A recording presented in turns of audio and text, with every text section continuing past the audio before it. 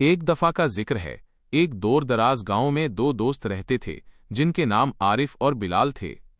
عارف دل کا بہت نیک اور سچا تھا، جبکہ بلال کے دل میں کہیں نہ کہیں لالچ اور حسد کی آگ بھڑکتی رہتی تھی۔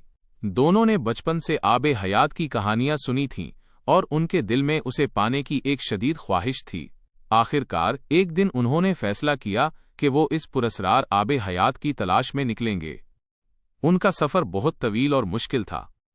سب سے پہلے انہیں گھنے جنگلات سے گزرنا تھا، جہاں سورج کی روشنی بھی مشکل سے پہنچتی تھی۔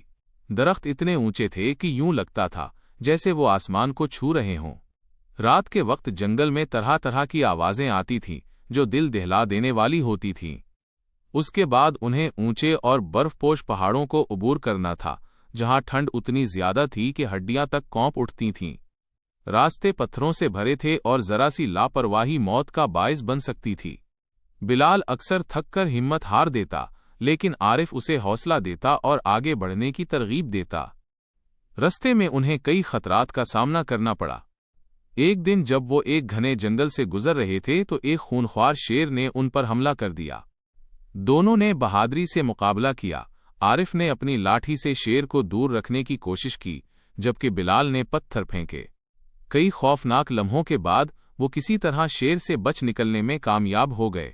کئی دنوں کے پیدل سفر اور کئی مشکلوں کا سامنا کرنے کے بعد آخرکار وہ ایک خوبصورت وادی میں پہنچے، جہاں ایک شفاف چشمہ بہہ رہا تھا۔ پانی چمک رہا تھا اور اس سے ایک پراسرار روشنی نکل رہی تھی۔ یہ آب حیات تھا۔ لیکن جیسے ہی وہ اس کے قریب پہنچے، بلال کے دل میں چھپی لالچ جاگ اٹھی۔ اس نے سوچا کہ کیوں نہ وہ سارا آب حیات خود ہی پی لے اور عارف کو کچھ نہ ملے۔ بلال نے جھک کر پانی پینے کی کوشش کی، لیکن جیسے ہی اس کا ہاتھ پانی تک پہنچا، پانی غائب ہو گیا اور صرف خشک پتھر دکھائی دیے۔ وہ بار بار کوشش کرتا رہا، لیکن ہر بار ایسا ہی ہوتا۔ آب حیات اسے نظر ہی نہیں آ رہا تھا۔ وہ مایوسی اور غصے سے چیخ اٹھا، یہ کیا ہے؟ مجھے کیوں نہیں مل رہا؟ اسی لمحے آب حیات سے ایک پراسرار آواز گونجی، یہ آب حیات صرف اسی کو ملے گا جس کا دل صاف اور نیت نیک ہو، لالچی اور حاسد کے لیے یہاں کچھ نہیں۔ بلال یہ سن کر سناٹے میں آ گیا۔ اسے اپنی غلطی کا احساس ہوا اور وہ شرمندگی سے سر جھکا کر کھڑا ہو گیا۔